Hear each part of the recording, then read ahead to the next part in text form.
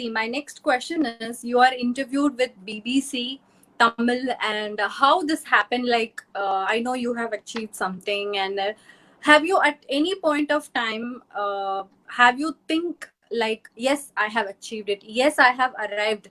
Yes, I have done this. Have you ever thought something like that? Every day I'm proud of myself. I would never feel low. Even people shame me of my mistakes, or they talk really bad. Even see, I'm not perfect, super good, and all. Everybody has flaws. The flaw is the beauty is that flaw. We have to embrace that the flaws. You know, that's where we tend to learn a lot of things in our life, and then we correct our mistakes, and then the maturity level comes up. Again, we fall somewhere. Again, we learn something out of it. And I'm proud that I'm failing. I'm proud that I'm succeeding. The one good thing about me is I never give up. I cry. I do sit and cry out of my failures, of my losses. I cry on the phone to my friends and family. You know what? I did this. I did this mistake. I lost it. I didn't have enough money to run. I'm in huge debts. Uh, I just cry for a minute and then keep the phone. Okay, why we have to cry? Let's plan again. Replan, replan, replan, replan. I've never changed my destiny. It's the same. I just keep on replanning, because see, I didn't do any MBA graduation, or I didn't have any family business. I'm the first generation entrepreneur in my family. In that case, I don't know anything about business or administration or management. So either you have to study and you have to study about it and come and work and implement, right? Or else you learn, you fall, you learn, again you fall, you learn. That's how we learn. So I don't mind failing. I definitely don't mind failing, and I don't mind people considering me as a failure. I'm super happy about it, because after failure, everybody knows it. The success comes only when we are succeeding, succeeding, succeeding. We should be like really scared.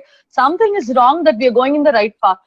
Yeah. So I'm super proud of me. I'm really happy about me. I'm happy with my growth. So no regrets for losing money, or seeing the failures, or meeting the failures, or being in a situation that somebody insults me, and I'm fine with it. I'm ready to take even more.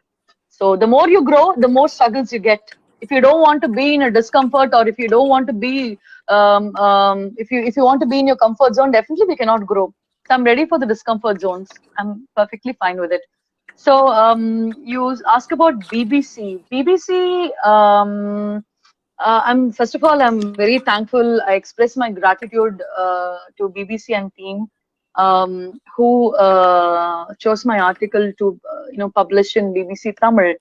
Um, so when they asked about it, like I was like, what really?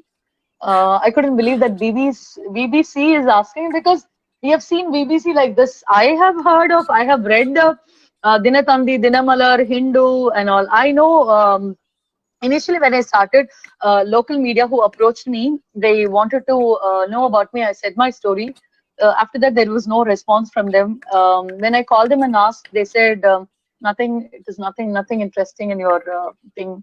You didn't go to any college. How come you can become a designer? There is no good fire in your story. They refused. Trust me, in 1 year, BBC article came. I didn't approach. BBC just came. You cannot just go and approach BBC and say like, write my article. It's not possible. Yes. So Yes. it is not possible. So like somewhere the destiny aligned me. I was happy that they came, and the writer, the BBC writer, he almost spent around I think 3 days, 4 days, day and night, to listen to my story.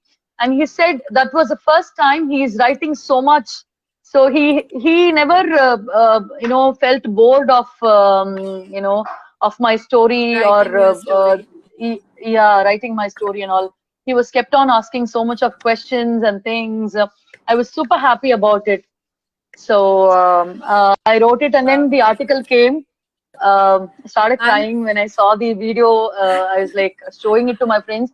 You'll not believe, in 1 week, the BBC article touched, I think, 2.5 lakhs view and almost 6,000 shares or 8,000 shares. I don't know how much it is. The YouTube, the BBC Tamil's video went so hit.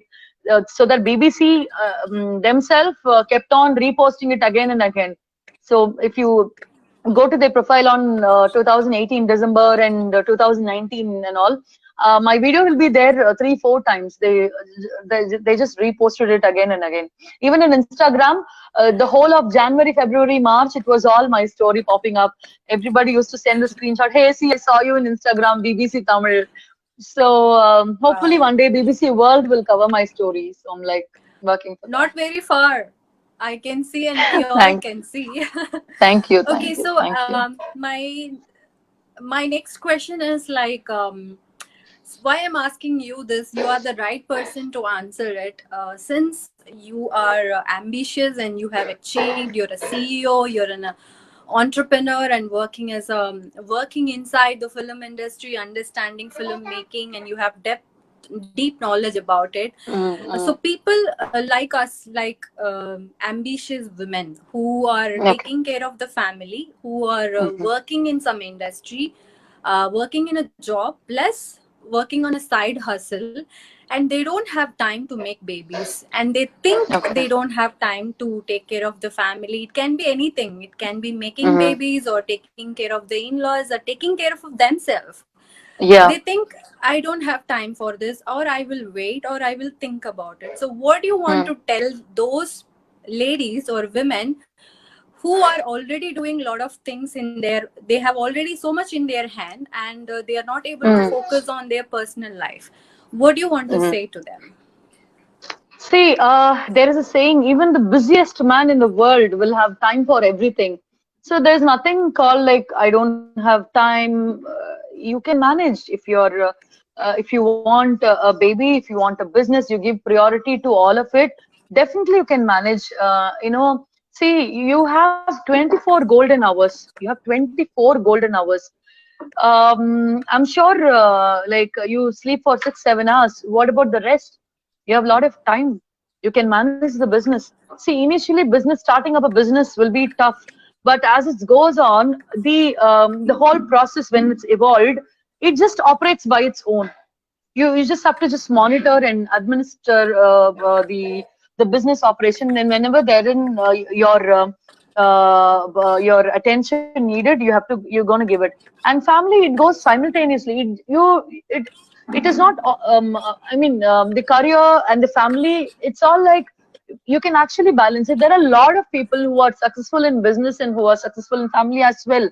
So it is a myth, or it is the wrong mindset, or Perception. a state of mind that you cannot have a baby and run a business. You cannot have a family and do a business. You cannot while you're having a business, you cannot give birth to a baby.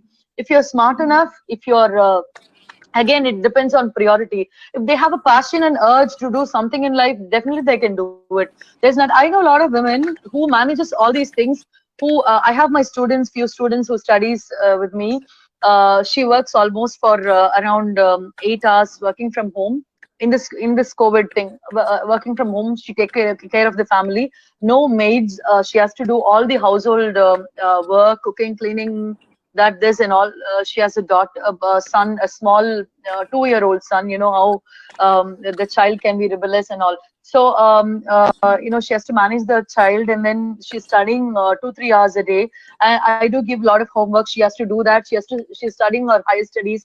So she manages a lot of things. I think women have the power inside to do multitasking by birth. Naturally, they have the power. You should believe yourself, and you should explore. The initial struggle would be there. I don't deny it. It might be pressure. It might be a pressure. It might be you might get a bit depressed about so much of work being occupied, and you're held up in so much of, there's no me time, that this and all. Yes, you have to sacrifice few things. I don't deny you have to sacrifice few things to achieve to achieve a certain place. or certain position.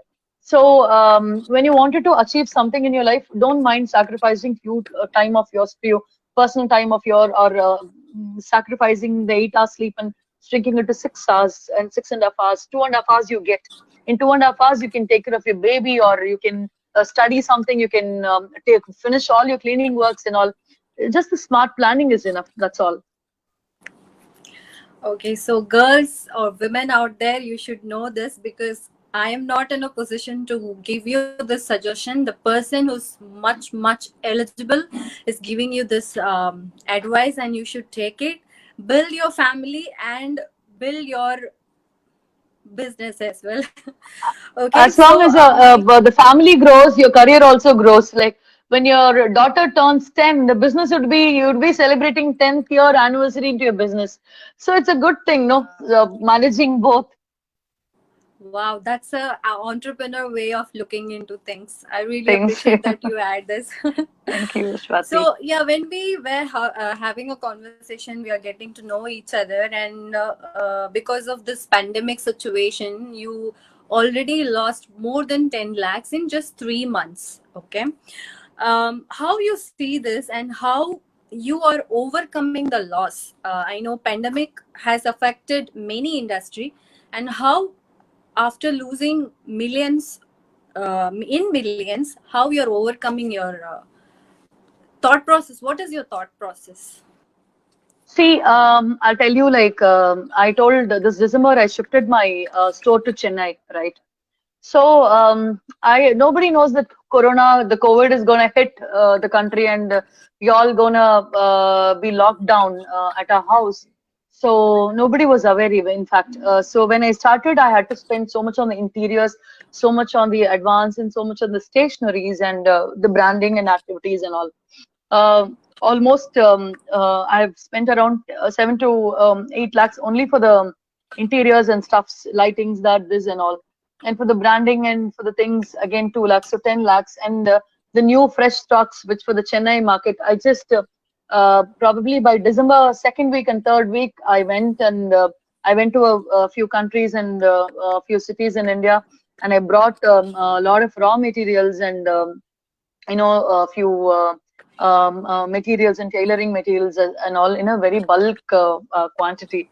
Since it was Chennai, I had to buy all of these things and keep it because I was anticipating more business and more clients. I thought myself that if in Coimbatore, 4 years I could get a lot of clients. In Chennai, it's a bigger market. A lot of people said it's a saturated market. Do not go there. You don't get growth. People doesn't spend money in Chennai and all. I didn't wanted to listen because when you don't go to a bigger city, you cannot definitely grow.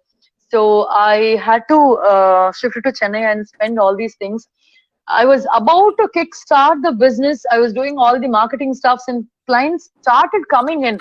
I didn't even see one full month billing. Lockdown happened. What else to do? I lost so much. Even now, all my stocks are lying in.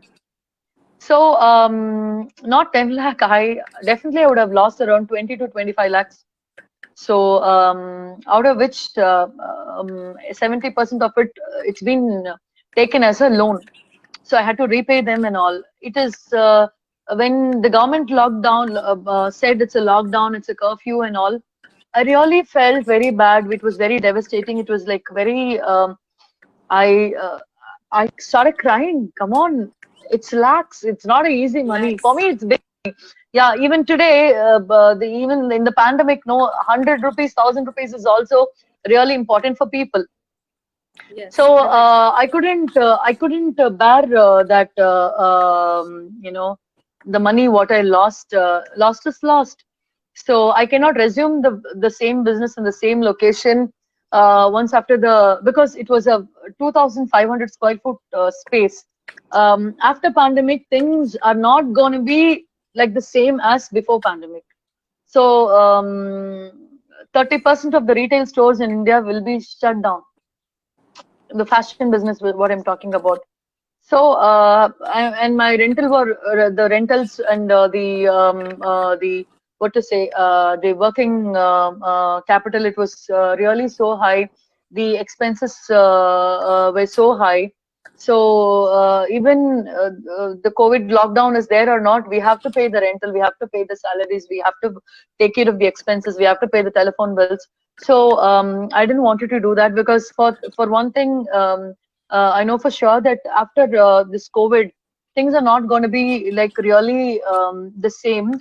So what I thought is like I shifted my store to my home. I also want to add on a question like, what is the future of fashion industry? Because right now, or costume designing or film industry, right now the shooting is not resuming. Producers are not signing any new movies. Even actors are at rest. So, how you seeing you as a costume designer in this industry, and what is the future? Okay, so So COVID-19 have impacted many lives. In fact, economic crisis is expected to wipe off more than 30% of the fashion industry business in 2020 alone, which is like really disheartening because we're also in that business. We have invested a lot of money in it, and I don't know. The initial outbreak in China created a lot of delays and closures in the raw material supplies, and a lot of disruption in the manufacturing, the raw materials and stuffs and all. So that's where the supply chains and all it got disturbed, and then so much of the prices in fabrics and all got raised. The like sorry in between Tamil came. So fabrics and all, the prices will actually increase even more. To be frank, the travel and tourism and the hospitality and the travel and tourism, the fashion and luxury industry altogether, definitely like it have a negative impact on all of the consumer good and services. This pandemic have created a lot of job losses, and a lot of businesses are likely to shut, and especially when it comes to fashion industry, I don't think like many will survive as they survived before the pandemic. And to be frank, there is a research which says from April to May, just in 1 month, 60 to 70% of the worldwide fashion luxury industries have faced a downfall. The footfalls, there's no footfall at all, and even in the future, no, there will be a time to rebuild.